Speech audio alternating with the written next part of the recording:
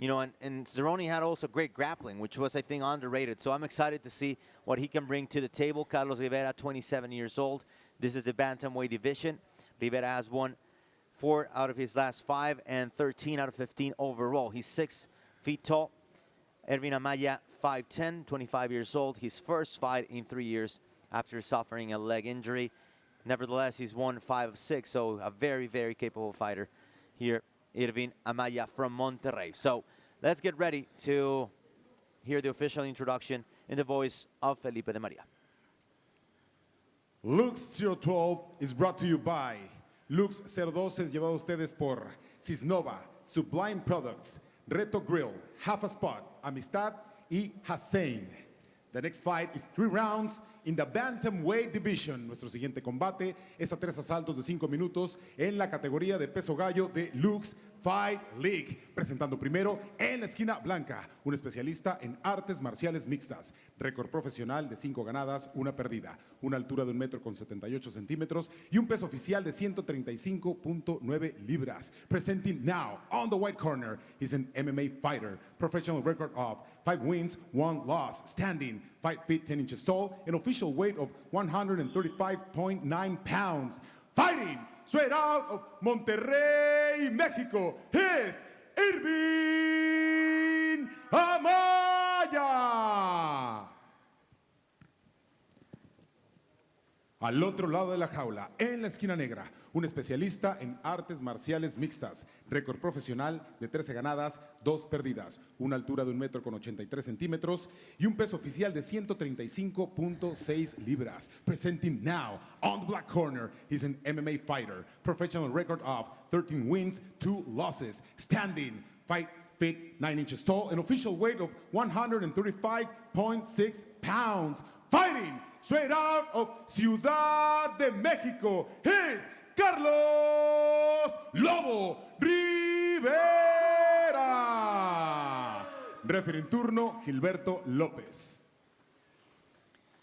Our referee, Gilberto Lopez. I am very excited for this one between Irvin Amaya, a young prospect that unfortunately has not fought in the last 3 years after suffering a leg injury.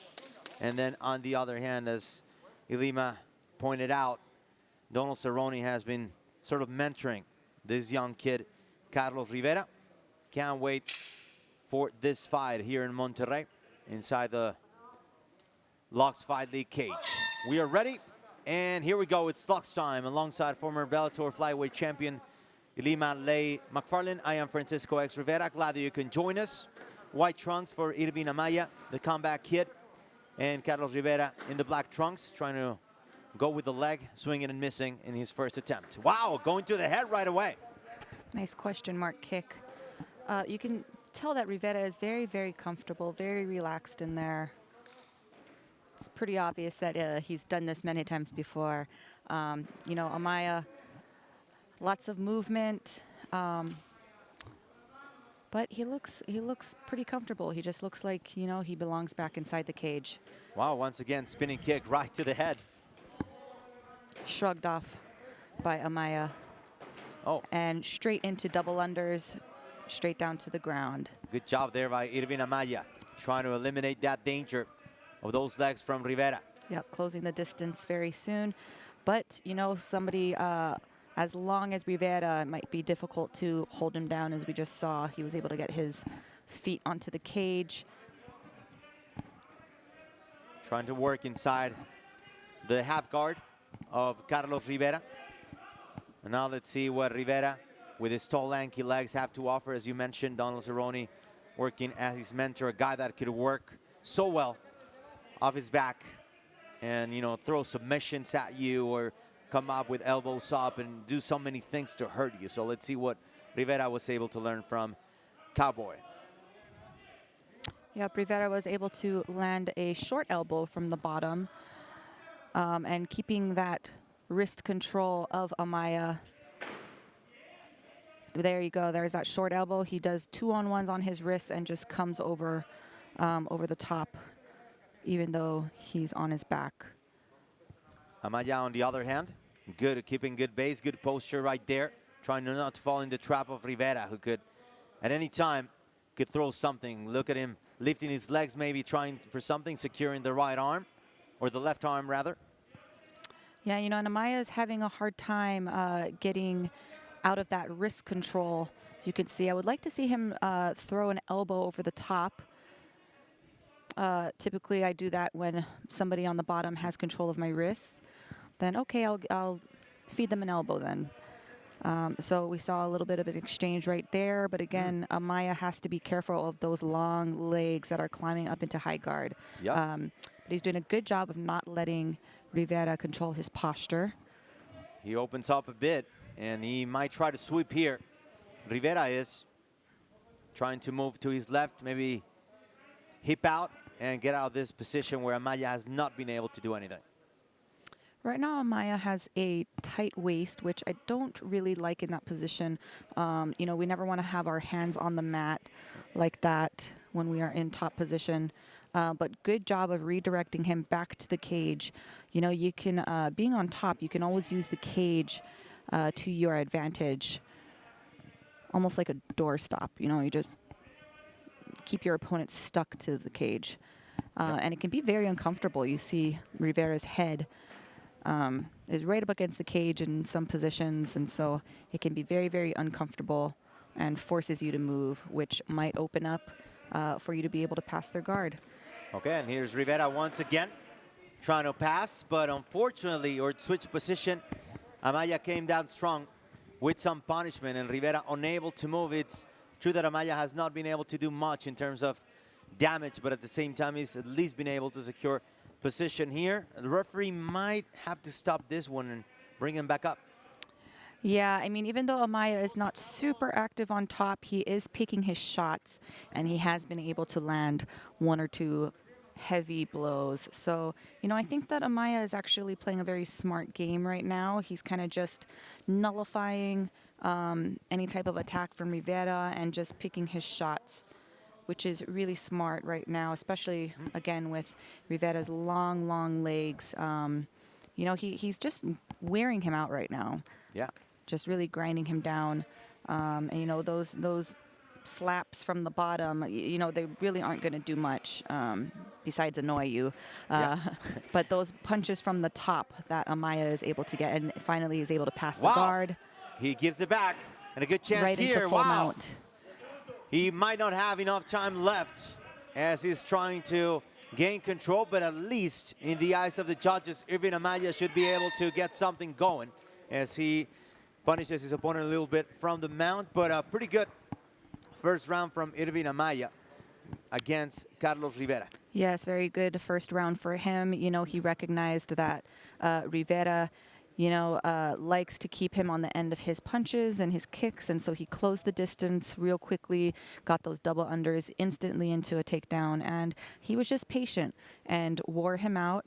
Here we see a nice, some nice ground and pound, just again picking his shots, and just again wearing out his opponent. It is very frustrating until the opponent gave up side control and then was able to take his back. So again, really smart, patient round by Amaya. I'm going to have to give that one to him. Alrighty, so Irvin Amaya trying to play the role of comeback kid after suffering a freak injury, a leg injury very similar to what happened to Anderson Silva a few years back against Chris Weidman. First fight in over 3 years facing Carlos Rivera. With some experience here, he's 13-2, coming out of Mexico City. Feints with the right and goes to the leg. Lima Lay McFarlane and yours truly, Francisco X Rivera. Glad that you can join us, as it seems that Rivera is a little out of place. He's sort of looking for that shot, for that space, that opportunity, but has not been able to do much on the stand-up game. Yeah, beautiful takedown by Amaya, which was almost reversed by Rivera, again being able to establish a butterfly hook with those legs of his. But Amaya is able to control that top position. He has that far side underhook, which will make it easier to pass into side control if he chooses to do so. I would like to, we call it the no hands pass, where he will use his left leg, the free leg, to staple down Rivera's leg that's trapping his right leg right now. But if he keeps that far side underhook, he's in really good position. But Rivera is doing a good job of getting frames in and not giving him that underhook. Yeah, slowly but surely. But Amaya working his way into a victory here, as we have just over a minute passed in the first round. Looking for the mount. And then Amaya might have plenty of options here, as you see the long lefts of Rivera trying to go high as he gives up the back. And a good chance here, maybe for a rear naked choke or to gain mount once again, as you saw the referee trying to intervene as one of the fighters was trying to hold the cage once again. Yeah, Rivera was going for a Hail Mary escape, and he's able to sweep into top control. So, yeah, somebody with long limbs like that, the Hail Mary escape is very effective. But Amaya was able to nullify that, but as a result, was swept. So we will see now what Rivera can do from the top. Yeah, beautiful transition there for Carlos Rivera, who's been working with the Bone Breakers gym in Mexico City. Some good grapplers there as well.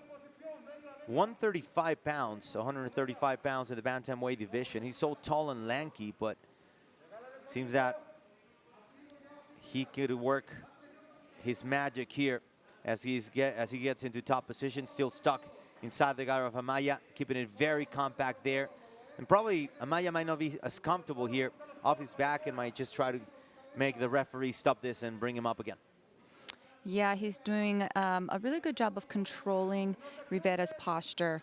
You know, I think he knows that Rivera is going to look for those elbows, those slicing downward elbows, and any type of big hits he can get. So Amaya is doing a good job of controlling his posture and not letting him wind up for those. But right now, Rivera is doing some shoulder checks. Wonder if he learned that from Cowboy. Yeah. But he's doing some shoulder checks from up top. Wow, you just reminded me that Conor McGregor actually beat Donald Cerrone with his own medicine. Yes, a shoulder check right there, or a hit, or whatever you want to call it. Mm-hmm. And, you know, I would always say, well, shoulder checks aren't going to do it. It's just annoying. And then you see that fight happen. Mm-hmm. You're like, oh, it actually can break your nose. Exactly. The mental games and the dirty boxing of Conor McGregor. Yes. 1:30 to go here. The second round inside the Lux Fight League cage here in Monterrey. Carlos Rivera on top position. Irvin Amaya coming back after 3 years of an absence from MMA. Rivera trying to rain down some punches, and it seems like, yeah, this is it. Amaya, I think, did way more damage than Rivera did when he was in that position. And as we get back up, both fighters try to stay active. Rivera hands down and almost pays for it as Amaya went hard on him with the 1-2. We have a minute left in the second round. And right now, you know, I have it even. Not quite sure how the judges will score this round, especially, you know, there wasn't really too much damage inflicted from either one of them when either one was on top. Well, I would love to talk to a judge and ask him, obviously that's at their discretion. Does that great reversal, that beautiful reversal by Rivera, would that count the same as a takedown, for example? Yes. You see some nice leg kicks by Rivera that Amaya is responding to. Oof. Good right by Amaya, coming with the left, trying a combination. Good double leg takedown. We're down again, and this is where Amaya felt very comfortable during most of the first round. Yes, that was a beautiful level change. He came in with that overhand right and dropped her right down into a double. Was able to take him down and finish this round on top in a very, very good position with some strikes. Great way to end the round by Amaya. And, you know, if I were a judge, I would score that round for him. You know, just really being able to finish the fight in a dominant position. Or, I'm sorry, finish the round in a dominant position. Yeah, so once again, pretty entertaining round. A good chess match, I should say, between these two fighters. What do you observe in the second round? Oh, yeah, I mean, beautiful takedown early on in the second round by Amaya.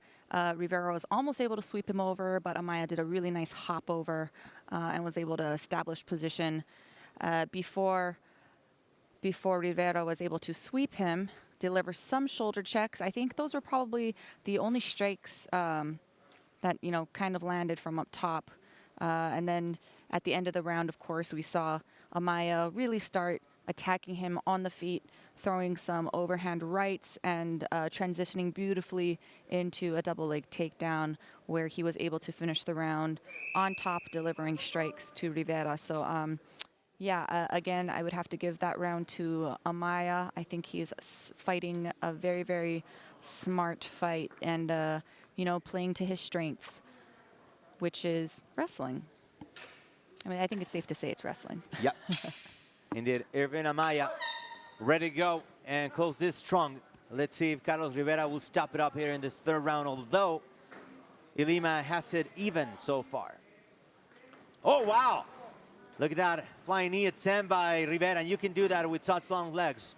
Although he's fighting in the bantamweight division, he's 6 feet tall, working against the shorter Amaya, but that didn't result in much. It was flashy, but not effective, and Amaya once again working on his spot, what was best for him in the first 2 rounds, and this could be the beginning of the end for Carlos Rivera if he can find a way to get out here. Yeah, and you saw Amaya actually walk his way over to the cage. Again, he really likes using that cage, putting Rivera in a very uncomfortable position with his head smashed against the cage. And I think that this is where Amaya feels very, very comfortable.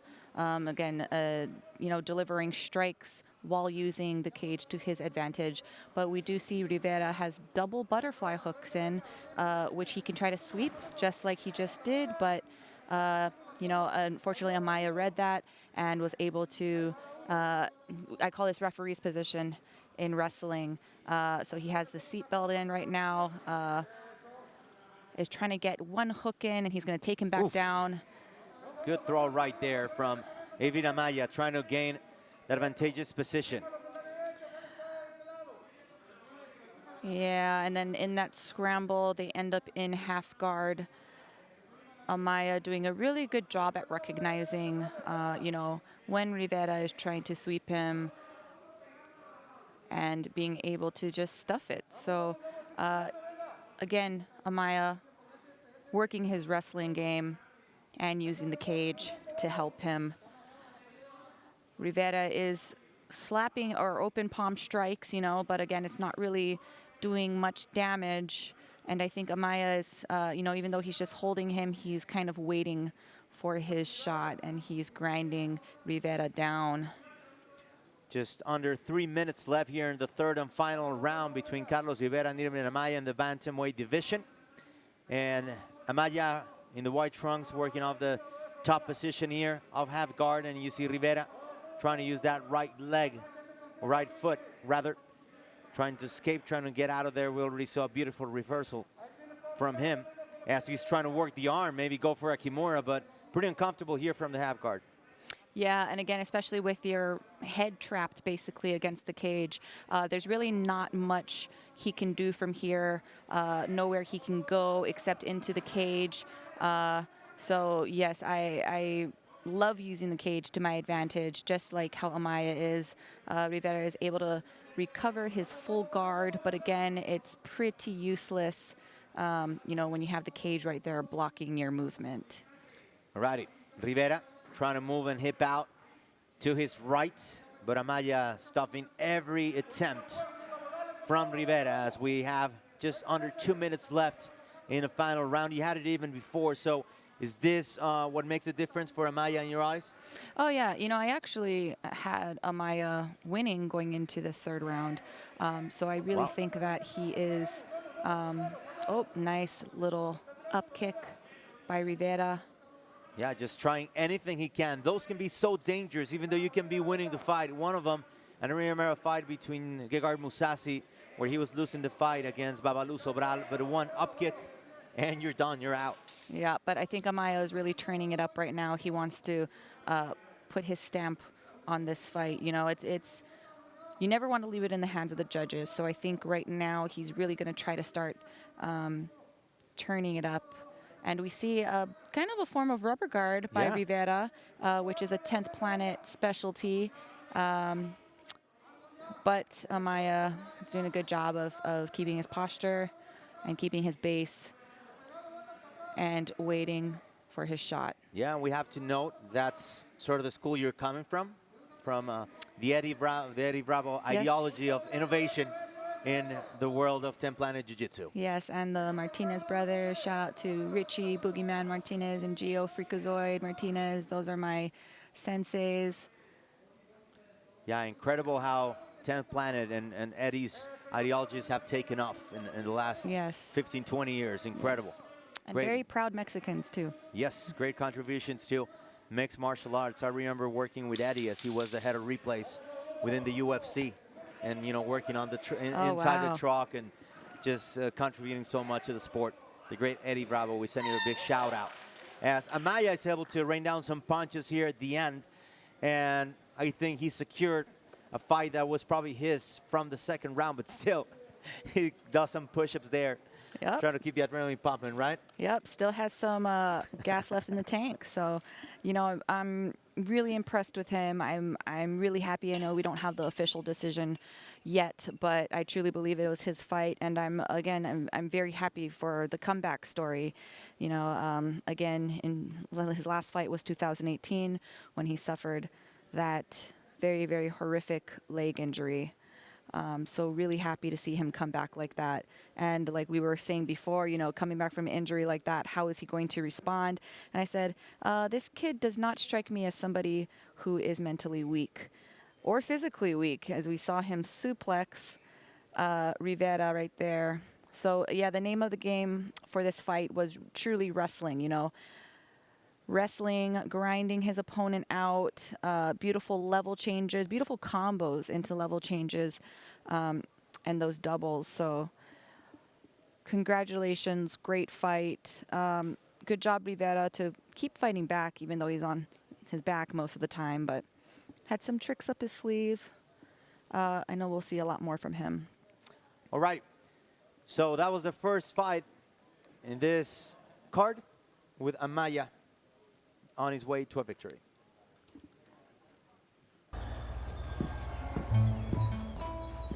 I'm gonna beat you again. You know I'm the best. Ready for another win, champ? Guys, I gotta go. I'm gonna half a spot.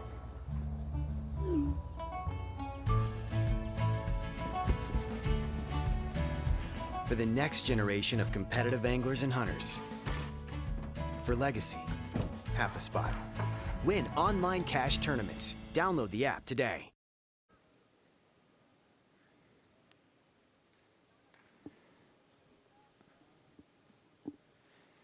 Alrighty, so a pretty entertaining match between Irvin Amaya and Carlos Lobo Rivera. As we had the comeback of Irvin being absent for 3 years after suffering a leg injury, a very gruesome leg injury that actually went viral on social media because it was very similar to what happened to Anderson Silva. It's great to have him back. I don't know if you work with anybody from your team that has suffered an injury like that, where it just costs you so much to be back into activity.